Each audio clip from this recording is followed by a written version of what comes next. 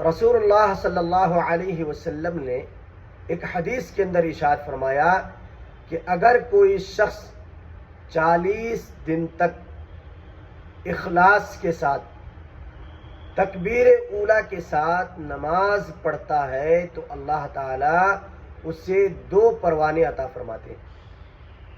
Number 1 منافقت سے بری ہونے کا، اور نمبر 2 جہنم سے چھٹکارا پانے کا۔ یہ کتنی بڑی خوشخبری ہے ہمارے اور آپ کے لیے، کتنی بڑی جو ہے سعادت مندی ہے، اور اللہ نے کتنا بہترین موقع دیا ہے۔ جہنم سے کون بچنا نہیں چاہتا؟ نفاق سے کون بچنا نہیں چاہتا؟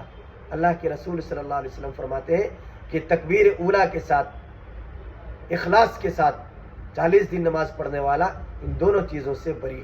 اللہ مجھے بھی اور آپ کو بھی عمل کی توفیق عطا فرمائے۔